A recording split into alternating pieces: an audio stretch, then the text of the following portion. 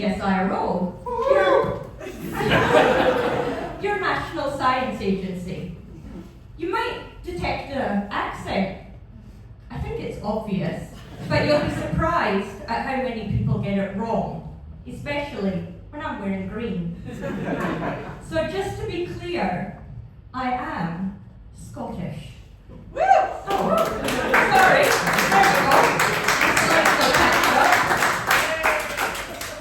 I'm also a soil scientist, and I help our agricultural industry improve efficiencies and report their carbon footprints.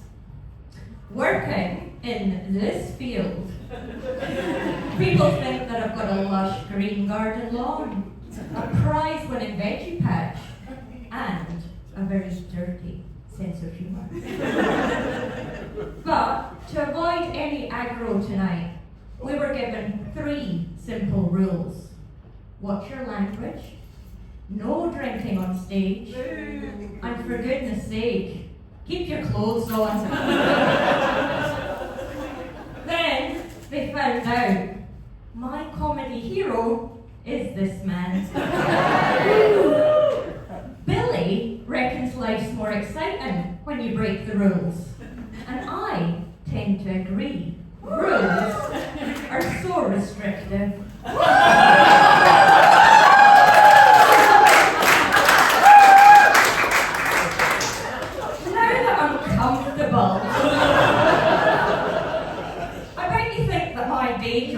Looks like this.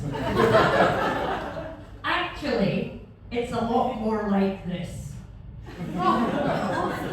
Sensors, drones, and satellites monitor the crop across the landscape. Using knowledge of soil type and rainfall, we can map production efficiencies. Rooting around below the ground helps us find the sweet spot. People wonder how I got interested in soil. Well, for me, it all started when I was incy-wincy. Mud pies and creepy crawlies, not much has changed for me.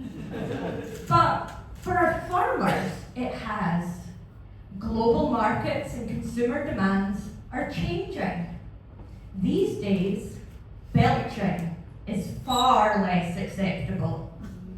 Bioenergy crops, plant-based proteins, and carbon-neutral beer is all the rage. Australia grows these crops at scale. It's an $80 billion industry and growing. My favourite statistic up there? Barley. 14 million tons. We could make enough beer to fill 4,500 Olympic-sized swimming pools. Just imagine the next 40-degree day, diving on in, dipping beneath the froth, and letting those little bubbles refresh you. To keep up, this Scottish invention has grown from 2 to 18 metres. Clearly, size does matter. Now, tonight, you and me are going to get down and dirty and explore how we're helping our farmers meet market demands and report their carbon footprints. But before we begin, please don't forget I'm Scottish. And remember those rules? Colourful language is in my blood, for crimson's sake. I'm going to have fines to pay. But, you know, Billy was right. It's not a lack of vocabulary. Strong language actually has health benefits. Yes, lots.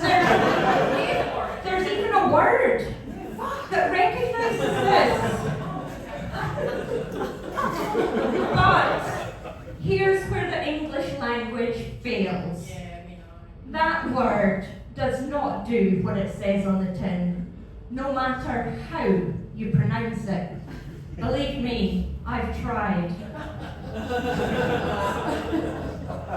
And I'm not going to embarrass myself tonight.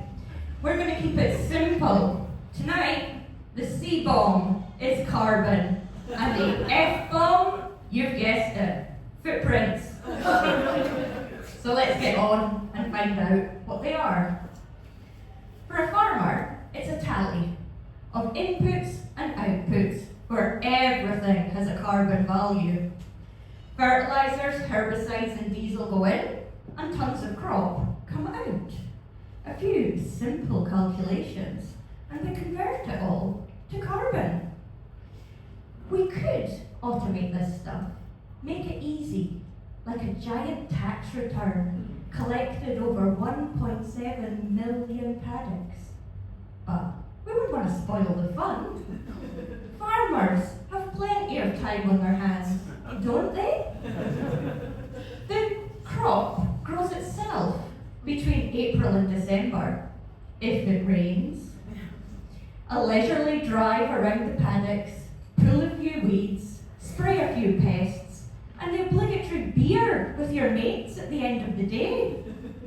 It's an idyllic lifestyle choice at the mercy of weather and markets. Here's a good read. The Naked Farmer. It's a real eye-opener around just how challenging farm life really is. She'll be right, stripped bare. Ben and Billy would get on well. Somebody mentioned beer. I took advice on how to manage my nerves tonight without one. 2 options: meditation or drugs. I've done yoga before, so right before I came out tonight, took a deep breath in and out.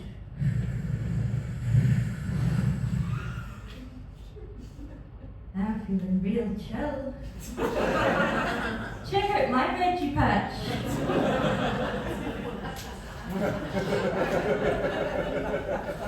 Plants are the most efficient way of capturing carbon from the atmosphere, but we eat them, and animals eat them, and the carbon comes right back out.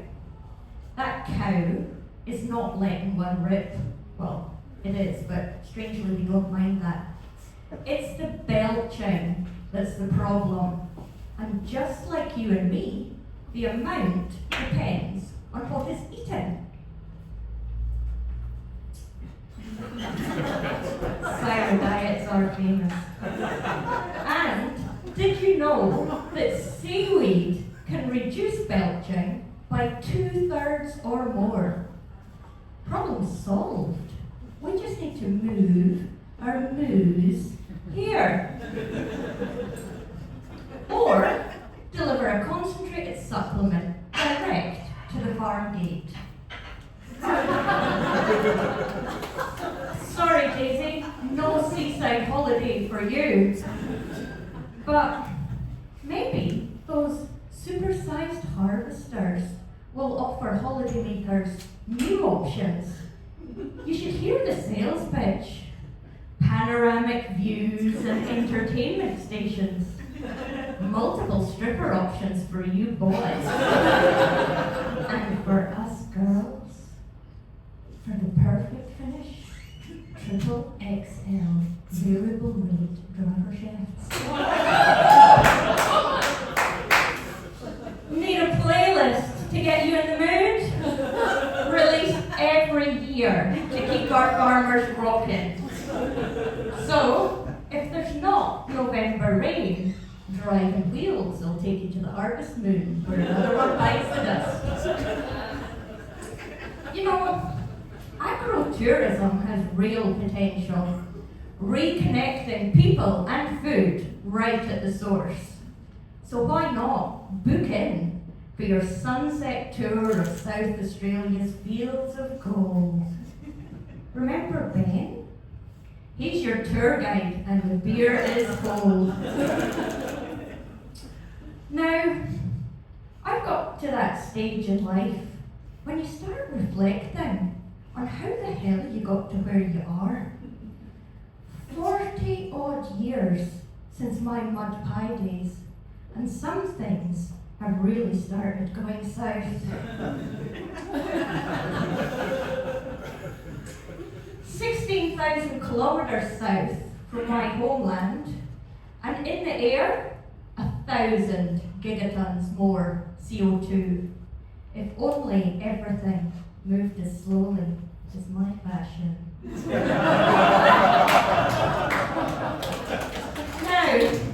I forgot to mention one important thing tonight. I'm a MacDonald. You can't forget I'm Scottish. And our family has a long history in agriculture. And when MacDonald Sr. retired just a few years ago, I was promoted to the CSIRO. And with that corny one, I would like to say hats off to our farmers. They truly are the backbone of Australia. Thank you.